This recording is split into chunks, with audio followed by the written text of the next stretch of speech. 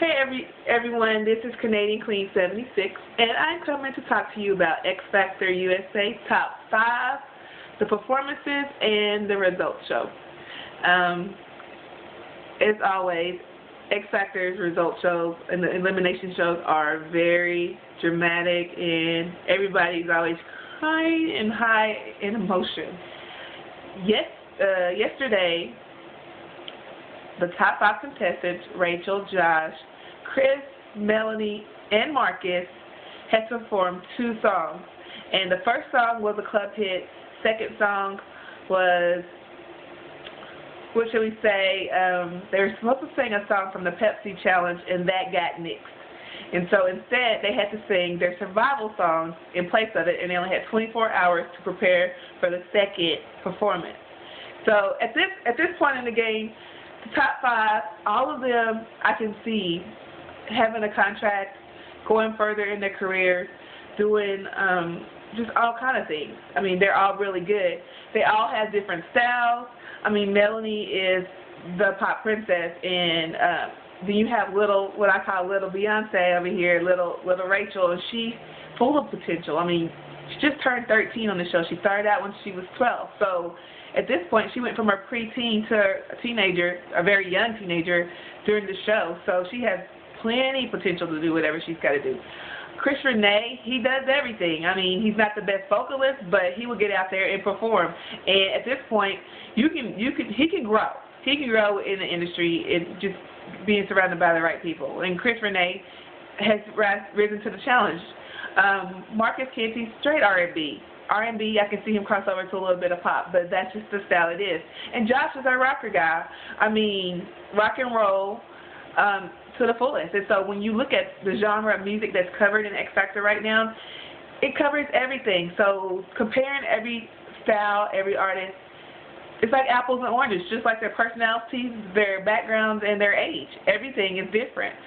With that being said, I'm for everybody. I think everybody's equally talented. I do have my favorite stuff. My favorite, absolute favorite, it has always been Rachel, and has always been Melanie, and it became Chris like midway through for me. So Rachel, Melanie, and Chris right now in the top 5. But I respect all of them, and I know that they all would do well. During their performances, I think everyone gave great performances. I can't really go back and say, oh, you should do this here, you should do this there. Per their genre of music, per their style, they performed the way they need to, and I think every one of them deserves to be in the top 5. Now let's just go ahead and cut to the result show. The result show, I wasn't really feeling it because I know at this point everybody's good. Everybody deserves to be there. My goodness. It was going to be a hard decision, and it definitely always comes back down to the survival song. X Factor has it built in where if you're in the bottom 2, then you have to duke it out for, survival. You have to sing your elimination song. And so when it came down to it, Melanie got through, Chris got through, Josh got through. That's what it is. Now we're looking at Rachel and we're looking at Marcus. Marcus this is his 3rd time in the bottom 2. He's been hanging in there. I mean, he's praying to God. God's blessing him right now.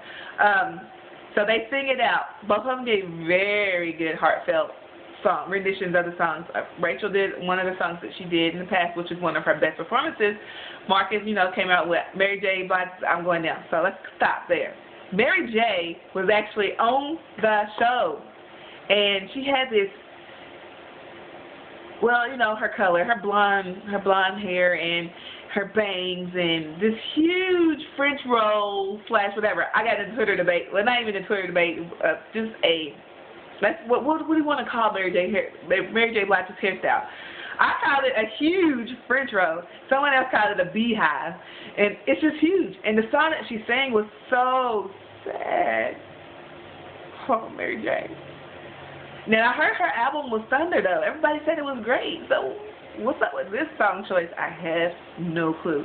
Mary seemed torn and just sad and and she was wearing white. She should have been wearing black or something. She just wasn't celebrating. So with that being said, Mary J. I don't know about that performance, man. That's just so let's go back. Now we got Marcus and we got Rachel up. And Rachel's like, I'm okay. I'm concerned because, with Drew last week, that was just way too much for me. Drew was 14. So, with that being said, I want to stop saying with that being said. Drew cried. Drew could not get it together. It was done. And Simon's emotions on his face, Simon has not always been the person who advocates kids being on the show. And now I see why. Wow. That on the show, that is hard to watch. Rejection at its fullest. It's hard for an adult to take that kind of rejection. And, kids, they can't verbalize everything that they're going through. So they're going to cry. And now you got to give them that space to do that no matter how you feel. And with the Judge panel, you have 2 men and you have 2 women. Now, I'm in education, and teaching styles are totally different, but the majority of females will nurture people. Majority of males will be like, suck it up, and this is going to happen, but until you're in that moment, you're just crushed. You just feel it. You're in the moment, and I know kids are going to feel like that. Kids are going to just feel the emotion and talk through it later as you help them. So, with Drew, I was just kind of crushed with them. I'm like, okay, she's 14. My goodness. Come on now, y'all. She's a kid. So she cried through it and never composed herself to actually say anything after that. So I would like to see Drew come back and say, hey, I'm good. I'm good, America. So fast forward, Rachel's like, I'm good, whatever it is, I'm good. Yes, we are. We are good, but still, we're still sad. And, and she's still a kid. So Marcus, okay, L.A. Reid, he of course is going to go for Marcus. That's his act, and at this point, they're both really good. Simon, of course, is going to go for his act. Rachel, Paula, I applaud you for making a decision, and she decides to send Marcus home. Well, Nicole can't have this on her back because, she's already, her and Paula are in a special and unique situation because they are the artists on the show between the judges. Simon and L.A. didn't have to perform in front of anybody and prove themselves, so they pretty much internalized what was going on, and they're nurturing. They just have nurturing spirit. So basically, Nicole's like, I can't do this. So if they sit in a deadlock, which she voted for Rachel, she sits in a deadlock. America, now it's your turn to show us what you're about. America, yes, America.